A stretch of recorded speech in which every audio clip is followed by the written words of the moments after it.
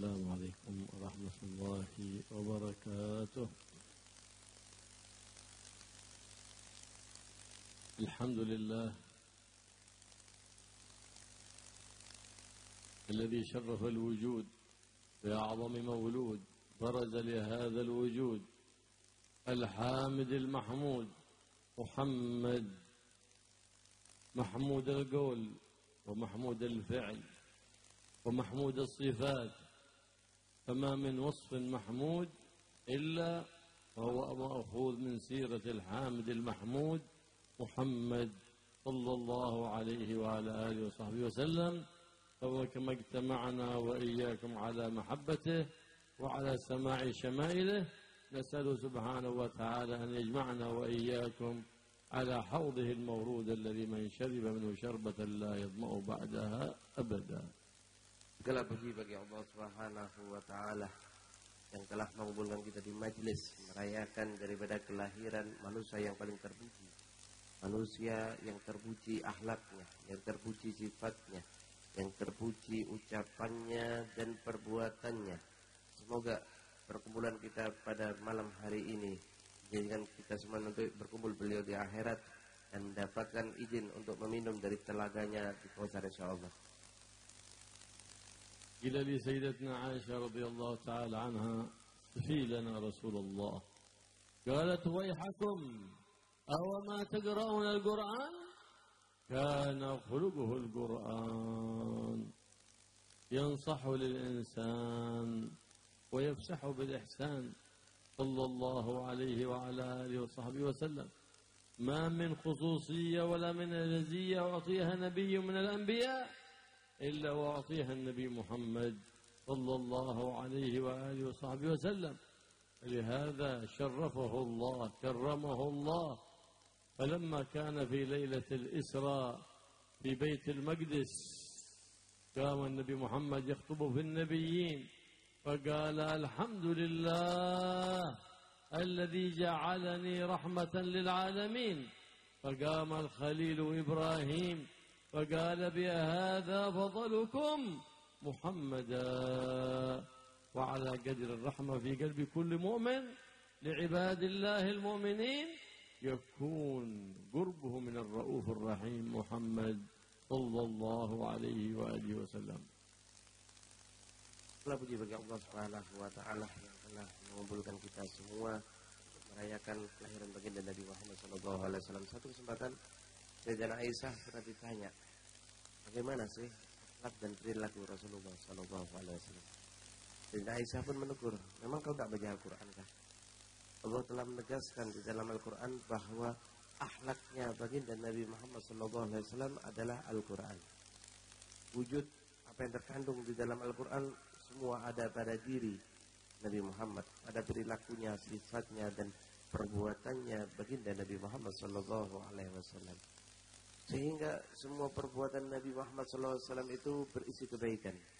Kebaikan untuk umatnya, kebaikan untuk masyarakatnya, kebaikan untuk sahabatnya dan seluruh manusia.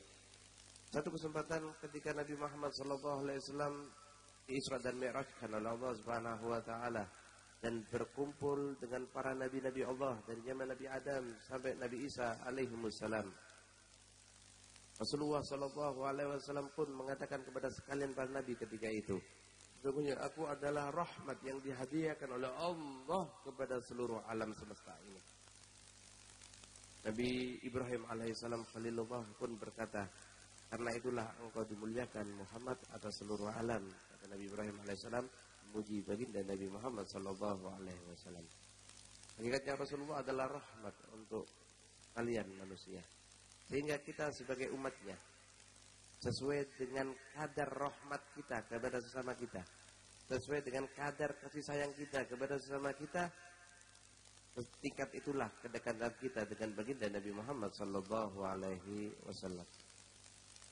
وهكذا كان صلى الله عليه وآله وصحبه وسلم أكرم الخلق على الله وأحبهم إلى الله وأتقاهم لله صلى الله عليه وعلى آله وصحبه وسلم، فكان أرحم الخلق بالخلق صلى الله عليه وسلم. فلهذا نال أهل المقامات العاليات مقامات عند رب البريات، لا بكثرة صلاة وصيام لكن بسخاوة النفوس، سخاوة النفوس وسلامة الصدور والرحمة بالعباد. بهذا قربوا من رب العباد وتحببوا لله سبحانه وتعالى، وغطوا قدمهم على قدم سيد العباد محمد، لأن الله أرسله رحمة للعباد. Muhammad SAW adalah paling mulianya makhluk Allah Subhanahu wa taala. Makhluk yang paling dicintai oleh Allah Subhanahu wa taala. Makhluk yang paling bertakwa kepada Allah Subhanahu wa taala. Seluruh yang ada di dalam hatinya Nabi Muhammad adalah rahmat kepada umatnya. Dikatakan oleh beliau, tidaklah seseorang daripada orang-orang soleh, siapapun itu orang soleh, mencapai derajat yang tinggi di sisi Allah Subhanahu wa taala, mencapai kedudukan yang mulia di sisi Allah Subhanahu wa taala, kecuali penyebab utamanya adalah hati mereka bersih. Hati mereka penuh dengan kelapangan dan hati mereka penuh dengan rahmat kepada kaum muslimin, umat Islam dan seluruh manusia. Karena sifat rahmat yang ada di dalam hati mereka, Allah angkat derajat mereka setinggi-tingginya insyaallah Subhanahu wa taala. Rahmah hatta lil hayawan. عندما رآه جمل كبير قال يا رسول الله إن هذا الجمل سيؤذيك، قال اتركوه اتركوه. فلما قرب من النبي محمد صلى الله عليه وسلم برك الجمل وفحس رقبته بالأرض كالمتذلل لسيد أهل السماء وسيد أهل الأرض. فالتفت من صاحب هذا الجمل؟ فإنه يشتكي من قلة العلف وكثرة العمل.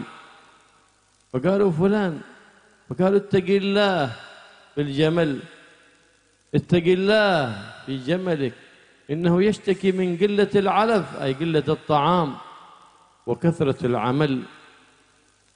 أتاه الجمل يشتكي إلى عنده صلى الله عليه وسلم، وفهم صلى الله عليه وسلم لغته، لأن الله أعطاه فهم كل اللغات.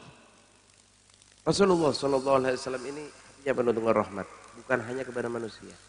Rahmat beliau pun kepada setiap hewan. Sampai diceritakan di masa Rasulullah SAW ada hewan atau unta yang besar waktu itu yang dalam keadaan liar.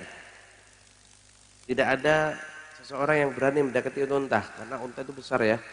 Ditendang dengan unta bisa sakit, itu orang bisa mati malah. Tidak ada yang berani mendekati itu unta. Unta itu marah, menyakiti semua yang mendekatinya. Kemudian Nabi Muhammad SAW, mana tunjukkan aku tempatnya itu unta. Jangan Rasulullah, nanti unta itu takut ganggu Anda, takut unta itu menyakiti Anda, melukai Anda. Rasul biarkan. Akhirnya Rasul masuk ke tempat unta itu, ke kandang unta tersebut.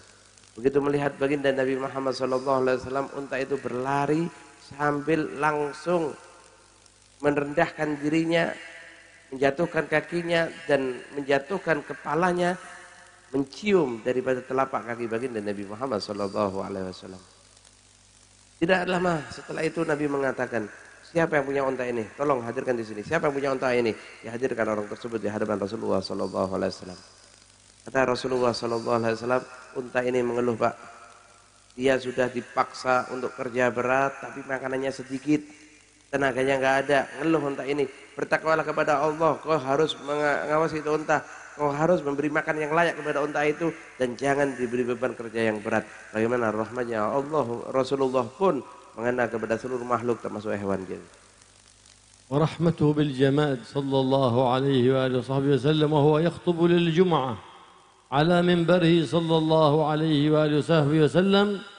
فبينما هو كذلك إذ سمع الصحابة صوت شنيع، صوت مزعج كصوت الثكلاء، أي التي فقدت ابنها. من أين هذا الصوت يأتي؟ كل الصحابة والمسجد ملآن يسمعون صوتا ولا يرون شخصا، فلما أنصتوا فإذا الصوت يأتي من ذلك الجذع الذي كان يخطب إليه النبي محمد صلى الله عليه وصحبه وسلم. فلما سمع النبي صلى الله عليه وسلم ذلك الصوت قطع خطبته ونزل من على منبره وضمه ووضع يده عليه فسكت ذلك الجد، وقال التفت إلى النبي محمد: يا أصحابي والله لو لم أضع يدي عليه لبقي يحن ويئن إلى يوم القيامة. فما فارق النبي محمد صلى الله عليه وسلم ذلك الجذع إلا بضع خطوات، لكنه جذع يحن للنبي محمد صلى الله عليه وسلم. فما بالكم بأمة من أحق بالحنين، أمة فخرها بالنبي محمد، ذخرها النبي محمد، شفيعها النبي محمد، فلا تشتاق للنبي محمد ولا تحن للنبي محمد. الله يزيقنا شوقا ومحبة للنبي محمد صلى الله عليه وآله وصحبه وسلم. Rahmat Rasulullah bukan hanya kepada makhluk hidup, benda mati pun mendapatkan bagian daripada rahmatnya Rasulullah Sallallahu Alaihi Wasallam. Diceritakan ketika dibuatkan mimbar untuk Nabi khutbah, diletakkan itu mimbar di tempat yang biasa Nabi khutbah. Sebelumnya Nabi berdiri di atas seonggok batang kurma. Batang kurma itu disingkirkan karena digantikan dengan mimbar yang baru dibuat untuk baginda Nabi Muhammad SAW. Kemudian Nabi khutbah waktu itu.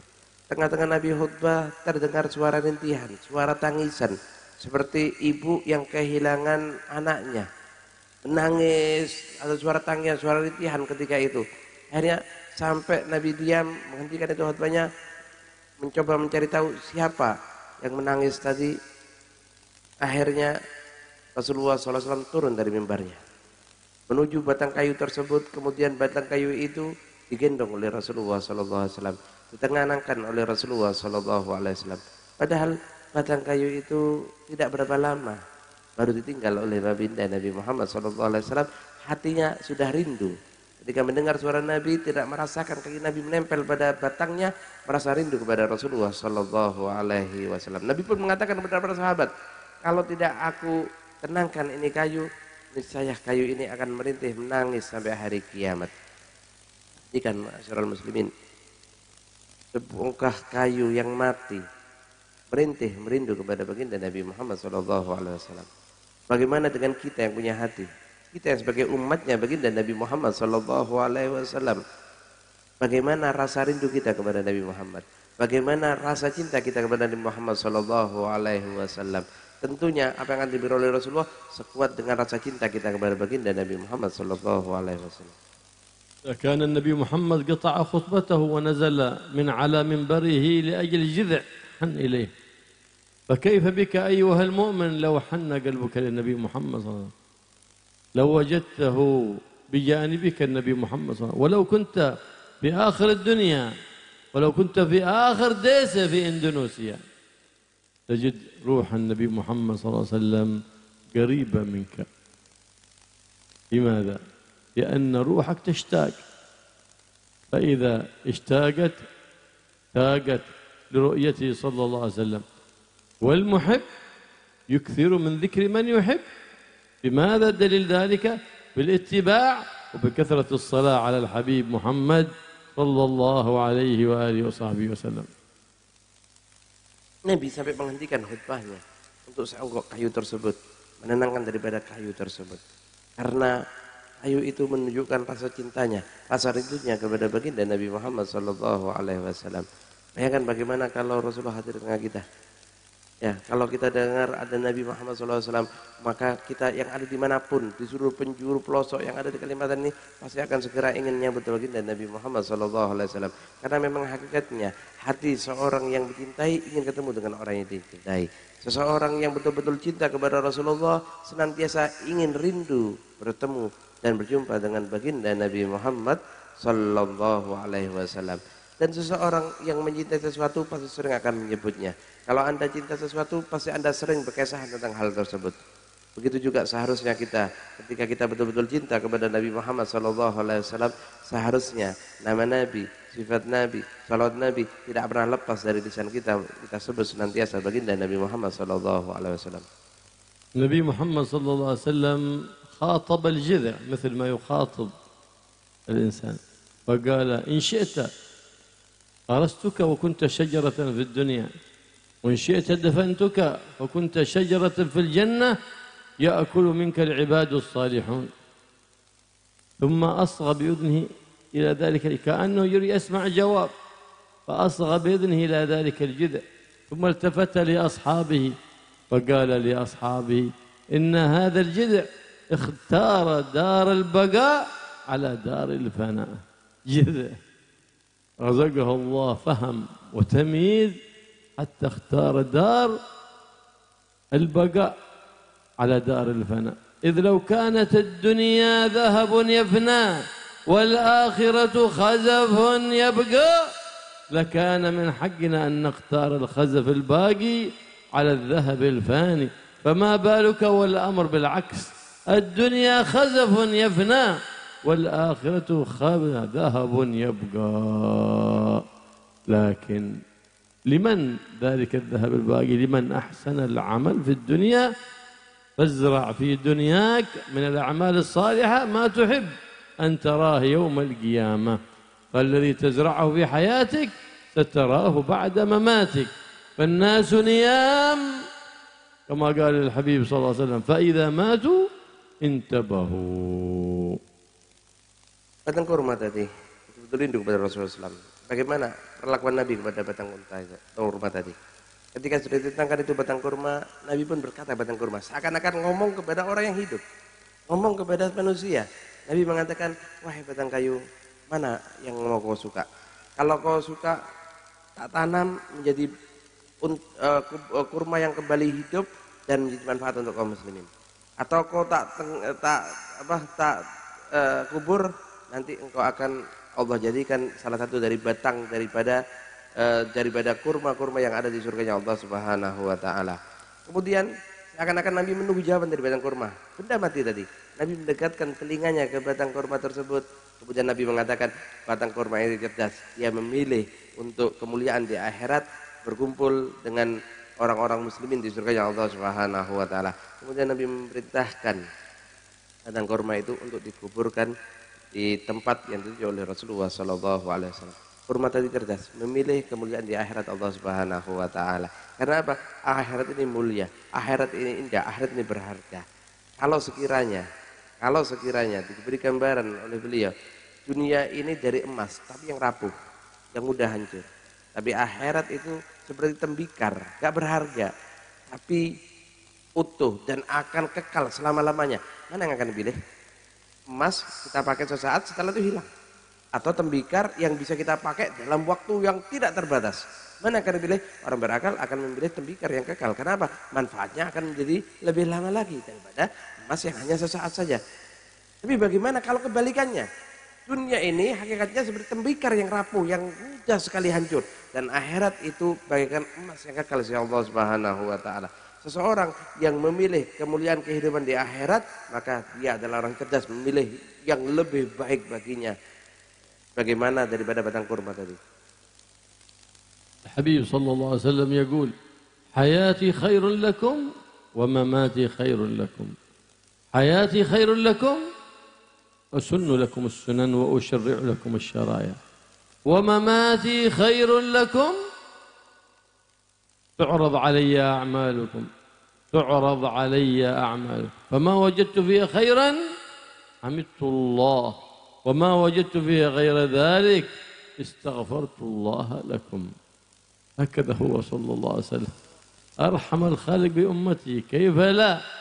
ويوم القيامة كل يقول نفسي نفسي، والحبيب محمد صلى الله عليه وسلم يقول أمتي أمتي.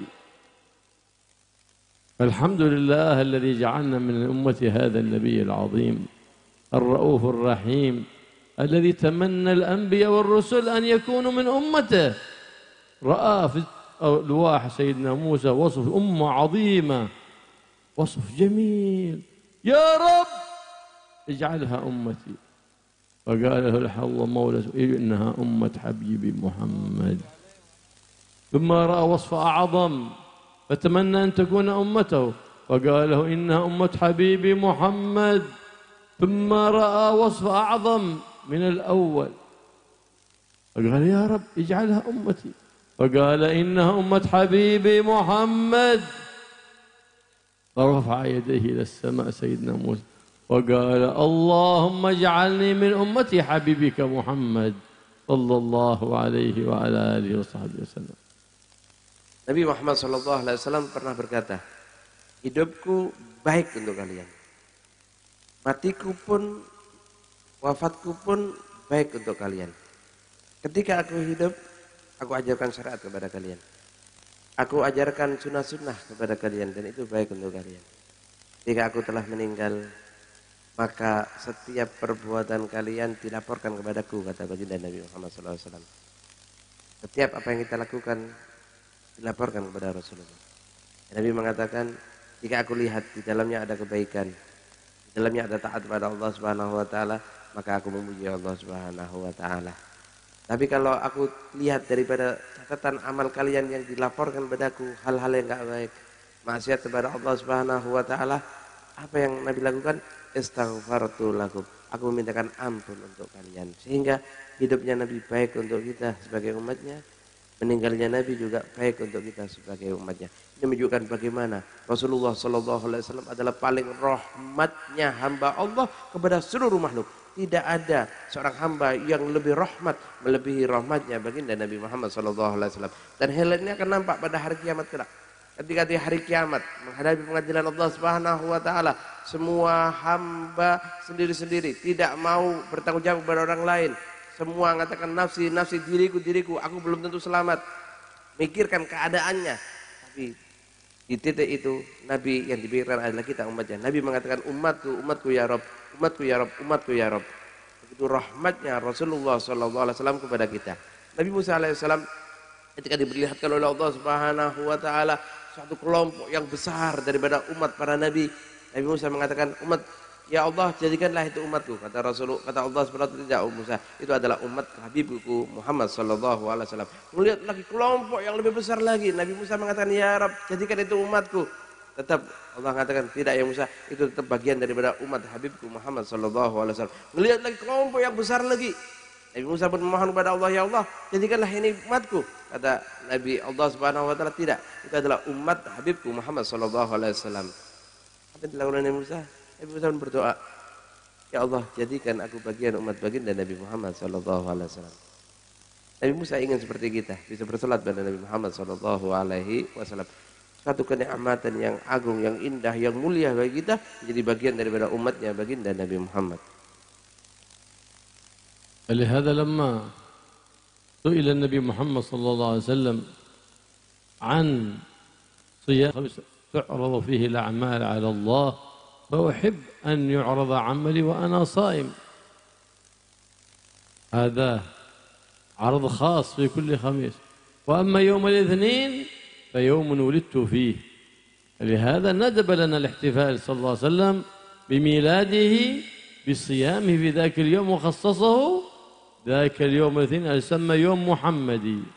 يوم الاثنين يوم محمدي، لأن النبي محمد صلى الله عليه وسلم ولد فيه، وانتقل للرفيق الأعلى فيه، وهاجر فيه، ودخل المدينة في يوم الاثنين صلى الله عليه وعلى آله وصحبه وسلم.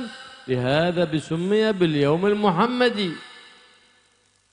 وأما يوم الجمعة فيوم الاثنين يوم الجمال، يوم الجمعة يوم الجلال، يوم خلق الله فيه آدم، يوم خرج آدم فيه من الجنة، يوم توفي فيه آدم، يوم تقوم فيه الساعة.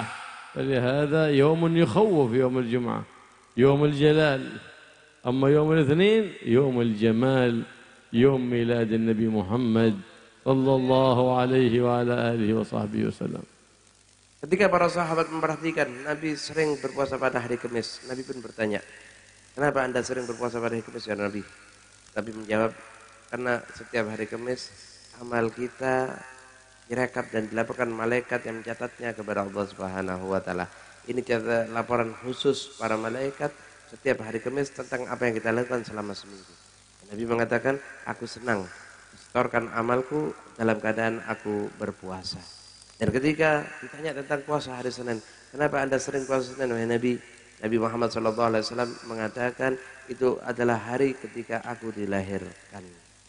Nabi merayakan hari kelahirannya dengan cara berpuasa oleh Allah Subhanahu wa taala. Oleh karena itu, atas apa yang dilakukan oleh Nabi ini, ulama-ulama kita menganjurkan kita untuk merayakan hari kelahiran baginda Nabi dengan puasa ataupun dengan amal-amal kebaikan lainnya. Malah hari Senin itu disebut sebagai Yaum Muhammadi, harinya Nabi Muhammad sallallahu alaihi wasallam, karena di hari Senin lah Nabi dilahirkan. Di hari Senin lah Nabi Muhammad sallallahu alaihi wasallam diwafatkan oleh Allah Subhanahu wa taala. Di hari Senin lah Nabi memulai hijrahnya, dan di hari Senin lah Nabi sampai ke kota Madinah dalam pelaksanaan hijrahnya. Adapun hari Jumat itu juga termasuk hari yang mulia di dalam agama Islam. Hari yang penuh keagungan, hari yang penuh kemuliaan. Nabi Adam diciptakan pada hari Jumat. Nabi Adam juga meninggal pada hari Jumat.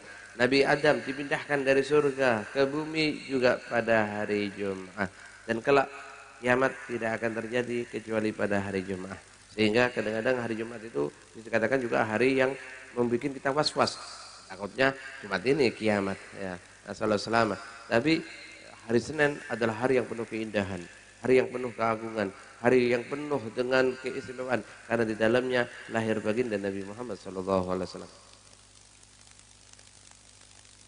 Wa aqlab al-Quran khitab lin Nabi Muhammad sallallahu alaihi wasallam 2236 آية في القرآن، أكثرها في النبي محمد صلى الله عليه وآله وصحبه وسلم. إذن هو المقصود من كل الخطاب، من قوله سبحانه وتعالى الرحمن علم القرآن خلق الإنسان. ما المقصود بالإنسان؟ هو الحبيب محمد صلى الله عليه وعلى آله وصحبه وسلم. لهذا أمرنا الله سبحانه وتعالى في كل صلاة أن ندعوه بلزوم طريقة الحبيب محمد. في كل صلاة نقول اهدنا الصراط المستقيم. الصراط المستقيم هو حبيب الله محمد، دين النبي محمد، شرع النبي محمد، خلق النبي محمد، أدب النبي محمد، هو الصراط المستقيم الذي ندعو الله في كل صلاة اللهم يا رب اهدنا الصراط المستقيم. والله يثبتنا على الصراط المستقيم حتى يجمعنا بالرؤوف الرحيم محمد صلى الله عليه وآله وسلم. Al-Quran banyak menyebutkan tentang Rasulullah sallallahu alaihi wasallam. Ayat yang membahas tentang Nabi atau yang tertuju kepada Rasulullah SAW itu ada 2236 ayat beliau sebutkan tadi. Banyak ayat Al-Quran yang menceritakan tentang Nabi, mengkhususkan tentang menyebut keagungan baginda Nabi Muhammad SAW.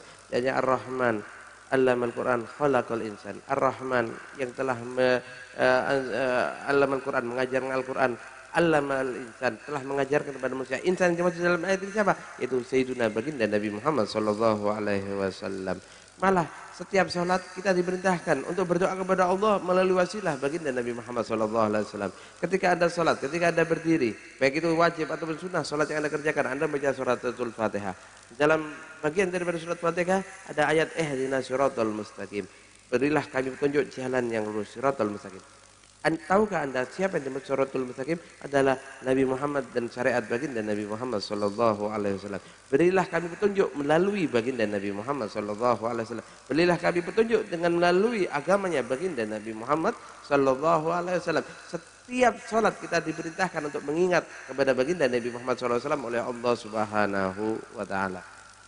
وعلمنا النبي محمد صلى الله عليه وسلم أن أحب العباد لرب العباد أنفعهم للعباد. ومن أنفع الخلق للعباد هو حبيب الله محمد سيد العباد. فالعبد ينتفع بأخيه. سيدنا علي سمع أحد يقول اللهم اغننا عن خلقك، قال لا، يقول اللهم اغننا عن شرار خلقك. أما المرء كثير بأخيه كما قال الحبيب محمد صلى الله عليه وآله وصحبه وسلم. ينتفع بأخيه المؤمن، لكن اسأل الله أن يغنيك عن شرار الخلق. لهذا يقول سيدنا موسى اللهم لا تجعل لفاجر علي يدا. ليه؟ قال لأن ربما يقع في قلبي محبته، ومحبة أهل الفجور تسخط الرحمن سبحانه وتعالى، ومحبة أهل الصلاح ترضي الرحمن سبحانه وتعالى. فخلي في قلبك محبة الصالحين ومحبة سيد الصالحين لتحشر يوم القيامة مع الصالحين وفي زمرة سيد الصالحين محمد صلى الله عليه وآله وسلم. Ali bin Abi Thalib pernah mendengar seseorang berdoa, ya Allah, cukupkan aku daripada makhlukmu. Kata Sayyidina Ali, jangan doa seperti itu, tak baik. Tapi doalah kepada Allah Subhanahu wa taala, ya Allah, cukupkan aku, jauhkan aku dari hamba-hambamu yang buruk. Nah, kita butuh berbuat karena ajaran Nabi Muhammad SAW, akhlak Rasulullah SAW itu, Nabi itu paling rahmatnya kepada makhluknya. Allah Subhanahu wa taala mengatakan sebaik-baiknya manusia adalah yang paling terbaik di tengah masyarakatnya, yang paling baik kepada yang lainnya. Dan kita tahu tidak ada yang paling baik kepada manusia melebihi baginda Nabi Muhammad SAW. Yang terbaik, yang paling mulia perbuatannya, yang paling banyak besar jasanya kepada kita umat manusia adalah baginda Nabi Muhammad Sallallahu Alaihi Wasallam. Kita berlindung kepada Allah dari orang-orang yang enggak baik, tapi tetap kita rahmat kepada manusia muslimin yang lain. Karena itulah ajaran baginda Nabi Muhammad Sallallahu Alaihi Wasallam. Bagaimana Allah jadikan Rasulullah manusia terbaik karena beliau adalah manusia yang paling sempurna kebaikannya kepada makhluk lainnya. Kita juga memberikan kebaikan kepada sesama kita. Kita bantu saudara-saudara kita. Ya, kita bantu daripada hewan kita. Seorang soleh juga pernah berdoa, ya Allah, jauhkan aku dari keburukan hamba-hambamu. Ya, karena kita harus menjauhi yang enggak baik. Yang enggak baik kita jauhi. Kita doakan agar diberi kebaikan. Karena kalau kita mendekat kepada yang enggak baik, kita bisa kumpul dengan yang enggak baik. Mungkin akhlak yang enggak baik atau suka orang maksiat, nanti mungkin pada titik kita akan merasa atau meyakini bahwa apa yang dilakukan itu biasa, lumrah, adi. Berarti kita ridho atas perbuatan maksiatnya, dan ridho kepada bermaksiat itu adalah maksiat kepada Allah Subhanahu wa taala. Wa kama yantafi'ul hayy bil hayy yantafi'ul mayyit bil hayy. Fa innal amwat yafrahun lamma yazuruhum ahbabuhum 'inda quburihim, yafrahun bi ziyaratihim wa tusar arwahuhum, yafrahun 'indama tastaghfir lahum wa tatasaddaq 'anhum, yantafi'un bi sadaqatik. Wa idha wahabta lahum shay' min al-Qur'an أو التهليل أو التسبيح أو الصلاة على الحبيب المليح محمد صلى الله عليه وسلم ذهبوا لهم يبلغهم ذلك ويسرون به سرورا كثيرا كما يبلغ صاحب الحولية الحبيب محمد بن علي هذا المجلس ليكون في كفة حسناته. لا شك أن روحه تفرح بهذا العمل الصالح، لأن مجلسنا مجلس ذكر، مجلس دعاء، مجلس صلاة على الحبيب محمد صلى الله عليه وعلى آله وصحبه وسلم. إذن ينتفع الأموات بالأحياء، ينتفع الأموات بالأحياء كما ينتفع الأحياء بالأموات، كما أخبرنا بذلك النبي محمد صلى الله عليه وآله وصحبه وسلم. وقد أخبرنا صلى الله عليه وسلم أن الأخبار أخبار الأحياء تبلغ الأموات، تبلغهم. يجيلهم ابنك فعل كذا، بنتك فعلت كذا، حفيدك فعل كذا، تبلغهم الأخبار. قال الحبيب صلى الله عليه وسلم إذا وجدوا أعمال أبنائهم صالحة فرحوا في قبورهم، وإن وجدوها طالحة غير صالحة قالوا اللهم لا تمتهم حتى توفقهم للتوبة. ينتفع الأحياء بالأموات. هكذا كيف لا وقد قال الله سبحانه وتعالى وكان أبوهما صالحا.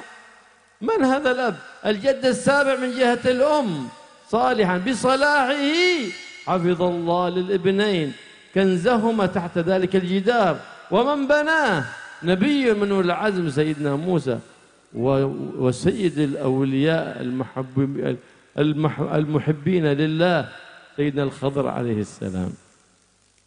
إذا انتفع أحياء غلامان حيان انتفعا بمن حفظ الله لهم ذلك بصلاح أبيهم. فمن أراد أن يحفظ الله له ذريته فعليه أن يمشي بطريق الصلاح. فإذا أنت تحب أولادك، تحب ذريتك، لأن الله يحفظ لك الصلاح حتى بعد في حياتك وبعد مماتك في ذريتك. Orang hidup bisa menerima manfaat daripada yang lainnya, daripada kawan-kawannya yang masih hidup, dari saudara-saudara yang masih hidup. Kita ambil manfaat dari saudara kita, kebaikan daripada saudara kita kepada diri kita, apapun bentuk kebaikannya tersebut. Tapi tahukah Anda, yang meninggal itu bisa juga menerima manfaat dari orang yang hidup. Karena diriwayatkan kalau seorang anak atau siapa saja menziarahi kubur orang tuanya atau siapa saja, ahli kubur itu senang ziarahi. Ahli kubur itu gembira ketika diziarahi, apalagi didoakan sedekah atas namanya, membacakan Al-Quran untuk dirinya, maka akan berbunga-bunga daripada penghuni kubur tersebut. Sehingga yang meninggal pun bisa menerima manfaat daripada yang hidup. Sebagaimana majelis kita pada malam hari ini, kita niatkan untuk merayakan haul Habib Muhammad bin Ali bin Yahya. Insya Allah beliau gembira dengan kepulangan kita pada malam hari ini. Karena apa yang kita lakukan, kita niatkan pahalanya untuk beliau dan menjadikan pahala daripada untuk beliau. Sebagaimana yang meninggal bisa mengambil manfaat dari yang hidup, begitu juga sebaliknya. Yang hidup pun kadang-kadang juga bisa mengambil manfaat dari orang yang sudah meninggal. Yang meninggal pun bisa masih memberi manfaat kepada yang hidup. Dan diriwayatkan setiap beberapa waktu itu perbuatan anak-anak itu dilaporkan ke orang tuanya yang sudah meninggal. Jadi apa yang kita lakukan, apa yang kita perbuat, apa yang kita kerjakan, orang tua kita yang sudah meninggal pun tahu apa yang kita lakukan. Karena dilaporkan oleh Allah, atas Allah memerintahkan malaikat untuk melaporkan kepada orang tua kita. Sehingga ketika orang tua kita yang sudah meninggal melihat, oh Masya Allah ada kebaikan yang dilakukan, ada sholat di situ, hadir di majelis seperti malam hari ini, maka orang tua kita akan gembira di alam kuburnya. Puji ya kepada Allah Subhanahu wa Ta'ala. Kalaupun ada perbuatan yang gak baik yang dilakukan, yang dilaporkan di waktu itu, mungkin ada maksiat atau lalai kepada aturan Allah Subhanahu wa Ta'ala, maka Nabi meriwayatkan penghuni kubur itu berdoa kepada Allah Subhanahu wa Ta'ala, ya Allah, jangan kau matikan anak saya, jangan kau matikan saudara saya sebelum engkau bukakan pintu tobat kepadanya. Doakan agar bertobat kepada Allah Subhanahu wa Ta'ala. Yang hidup, yang meninggal bisa juga memberi manfaat kepada yang hidup. Dalam kisah yang kita baca di dalam Al-Quran tentang bagaimana perjalanan Nabi Musa dengan Khidir alaihissalam. Ketika melatih satu tempat, ada rumah yang mau roboh.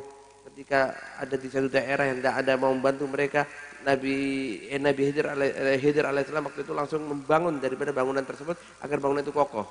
Yang awalnya mau roboh dibangun lagi biar kokoh. Nabi Musa bertanya, kenapa engkau lakukan itu Khidir? Apa makna daripada itu? Kata Khidir alaihissalam, karena di bawah bangunan ini ada harta yang seharusnya untuk kedua anak yatim ini dan belum saatnya untuk keluar untuk mereka. Kenapa? Mereka masih kecil waktu itu. Ini harta peninggalan daripada orang tua mereka yang soleh. Anda tahu orang tua soleh itu apakah orang tuanya langsung? Bukan. Tapi kakeknya yang ketujuh. Kakek yang ketujuh yang soleh tapi berkahnya kepada 7 turunannya setelahnya. Karena kesolehannya. Yang meninggal walaupun sudah beberapa generasi bisa juga memberi manfaat kepada daripada keturunannya. Begitu juga kita. Ketika kita memposisikan kita sebagai orang soleh, kita bertakwa kepada Allah Subhanahu wa Ta'ala, anak keturunan kita pun akan mendapatkan kebaikan dari kita semua. هذا ينبغي المؤمن يدعو اللهم بلغ أهلي وأجدادي ما يسرهم ولا تبلغهم من أخبار ما يسوءهم ولا تحملهم من أوزار ما ينوءهم أن يثقل ظهورهم. يدعو الإنسان دائما بعد كل أذان يا رب اجعلني بارا بآبائي وأمهاتي. فلهذا على عمل السلف يأتي بعد كل أذان 5 مرات رب اغفر لي ولوالدي. من أتى بهذا فقد أدى حق الوالدين إذا كان حيين وإن كان ميتين أرضى الله سبحانه وتعالى أرواحهما عنه. فعلينا نحب الدعاء، فالدعاء صلة بين العبد وربه، وبركة الدعاء في الصلاة على النبي محمد، إذ الدعاء محجوب حتى يصلى على الحبيب المحبوب. فلهذا قال صلوا علي في أوله وفي وسطه وفي آخره. فحينئذ جمن أن يستجاب لك الدعاء بالصلاة على النبي محمد، ترق القلوب وتشرح الله الصدور وترتفع الهموم والغموم، ويكرمك الله برؤية الحبيب المحبوب. الحبيب علي حبشي كان يذكر هذه الصلاة: اللهم صل على سيدنا محمد الحبيب اللهم صل على سيدنا محمد افتح باب رحمة الله عدد ما في علم الله صلاة وسلاما دائمين بدوام ملك الله. فقال إنها مجربة لرؤية النبي محمد صلى الله عليه وسلم. فقال بعض الحاضرين: كم عدد؟ فقال: إذا كان مع المحبة والصدق والشوق للنبي محمد، مع تصلي عليه وأنت تستحضر عظمته عند مولاه سبحانه وتعالى. قال: ولو مرة واحدة. والحبيب صلى الله عليه وسلم يقول: من صلى علي ثلاثا محبة وشوقا لي إن كان قائما غفر الله له قبل أن يجلس، وإن كان قاعدا غفر الله له قبل أن يقوم. فضل الصلاة على النبي محمد لا يحصر ولا يكاد أن يعد. فضل الصلاة على النبي محمد يكفيك أنها سبب في كل خير وسبب في دفع كل شر وبوس وضير. ببركة الصلاة على الحبيب محمد صلى الله عليه وسلم يشرح الله الصدور ويجعلك في سعادة في الدنيا وفي يوم القيامة. الله يبارك لنا ولكم في الأوقات والأقوات، ويجعلها مصروفة في الطاعات، ويبارك لنا في هذا المجلس، يجعله مجلسا مشهودا محظورا بأرواح الصالحين وروح سيد الصالحين محمد صلى الله عليه وآله وسلم. Karena itu sangat dianjurkan bagi kita untuk senantiasa mendoakan kedua orang tua kita. Karena tadi dikatakan semua perbuatan kita itu dilaporkan kepada orang tua kita. Di antara doa yang dianjurkan untuk kita baca: ya Allah, sampaikanlah berita-berita baik tentang kami kepada orang tua kami yang telah meninggal. Jangan engkau sampaikan kepada mereka berita-berita yang tidak baik, hal-hal yang tidak menyenangkan hati mereka, jangan sampai kepada orang tua kami. Dan itu bagian daripada doa yang diajarkan oleh baginda Nabi Muhammad sallallahu alaihi wasallam. Kita dianjurkan senantiasa oleh Rasulullah sallallahu alaihi wasallam untuk memperbanyak doa kepada kedua orang tua kita. Malah di antara amal daripada para salaf, ada dari salaf, setelah kita membaca doa setelah azan, sampai dengan membaca Rabbighfirli walidayya, ya Allah ampunilah aku dan kedua orang tuaku. Disunahkan, dianjurkan oleh para salaf untuk dibaca 5 kali setelah azan. Dikatakan barang siapa yang membaca setiap mendengar azan, membaca doa dengan cara seperti itu, insya Allah orang tuanya akan diampuni dan dia telah memberikan hak kepada kedua orang tuanya, kewajiban kepada kedua orang tuanya. Berkat membaca doa yang begitu pendek, Rabbighfirli walidayya 5 kali, Allah ampuni kedua orang tua kita. Dan jangan lupa setiap berdoa iringi dengan banyak salawat kepada baginda Nabi Muhammad sallallahu alaihi wasallam. Karena setiap doa kalau dimulai dengan salawat, di tengahnya ada salawat, diakhiri dengan salawat, ada jaminan doa itu pasti akan diterima oleh Allah Subhanahu wa taala. Perbanyak salawat kepada Nabi Muhammad sallallahu alaihi wasallam, dekatkan kita kepada baginda Nabi Muhammad sallallahu alaihi wasallam. Salawat banyak macamnya, banyak bacaannya. Silakan mana yang mau Anda baca. Beliau mengajarkan salah satu salawat tadi yang dilazimi oleh Habib Ali bin Muhammad Al-Habsyi. Allahumma salli ala miftahi wa bi rahmillah adada ma fi ilmillah salatan wa salam daimi jawi mulkillah wa ala alihi wa wala. Di antara faedah salawat ini, salawat Habib Ali ini, insyaallah nanti teksnya saya tanya para asatid ya, itu umum itu teksnya itu salawat itu. Di antara faedahnya kalau kita baca insyaallah Allah izinkan kita untuk bisa mimpi bertemu baginda Nabi Muhammad sallallahu alaihi wasallam. Ada seseorang bertanya, berapa kali harus baca bisa mimpi Nabi? Ya, berapa kali harus baca bisa mimpi Nabi? Ya, dilihat dulu bacanya itu bagaimana. Kalau baca walaupun sekali tapi dengan penuh penghayatan, penuh pengagungan kepada Rasulullah, dengan hati yang betul-betul cinta kepada Nabi Muhammad SAW, walaupun sekali, insya Allah Allah akan izinkan kita untuk bertemu dengan baginda Nabi Muhammad Sallallahu Alaihi Wasallam. Semoga Allah izinkan kita untuk menikmati hidangan tersebut. Amin Allahumma amin. الله يبارك لنا ولكم إن شاء الله في هذا البيت، يجعل مجلسا معمورا محظورا معمورا بالعلوم النافعة يا رب العالمين، يحفظنا إياكم من كل أذى ومن كل بلاء بجاه الحبيب المصطفى محمد صلى الله عليه وآله وصحبه وسلم. يغفر الذنوب ويسر عيوب، يعصينا كل مطلوب ويكفينا كل مشغوب وكل مرهوب بجاه الحبيب محمد الحبيب المحبوب يا رب العالمين. اشرح لنا وصيم الصدور ويسر لكم الأمور بجاه النبي محمد بدر البدور صلى الله عليه وآله وصحبه وسلم. واجعل اجتماعنا اجتماعا مرحوما، فرقنا بعد فرق معصوم، ولا يجعل فينا ولا منا ولا معنا شقيا ولا محروما ولا مأزورا ولا ماثوما يا رب العالمين. يحيينا حياة طيبة جبنا عما يؤذينا في ديننا ودنيانا، تولانا بولاه ويحمينا بحماه ويرعانا برعاه، ويجعلنا ممن اقتدى واتبع حبيبه ومصطفاه سيدنا ولانا محمد صلى الله عليه وسلم. طيل الأعمار في طاعته ورضاه، ثم بالصالحات أعمالنا وآجالنا، وهو راض عنا في خير ولطف وعافية، واجعل آخر كلام بعد انقضاء آجالنا قول لا إله إلا الله. لا إله إلا الله. لا إله إلا الله. لا إله إلا الله. لا إله إلا الله. لا إله إلا الله. محمد رسول الله. محمد رسول الله صلى الله عليه وآله وصحبه. كلمة حق عليها نحيا وعليها نموت وعليها مع إن شاء الله تعالى من الآمنين. اللهم احينا عليها يا حي، وأمتنا عليها يا مميت، وابعثنا عليها يا باعث برحمتك يا أرحم الراحمين. وصلى الله تعالى على سيدنا محمد النبي وآله وصحبه وسلم، والحمد لله رب العالمين. بسر الفاتحة.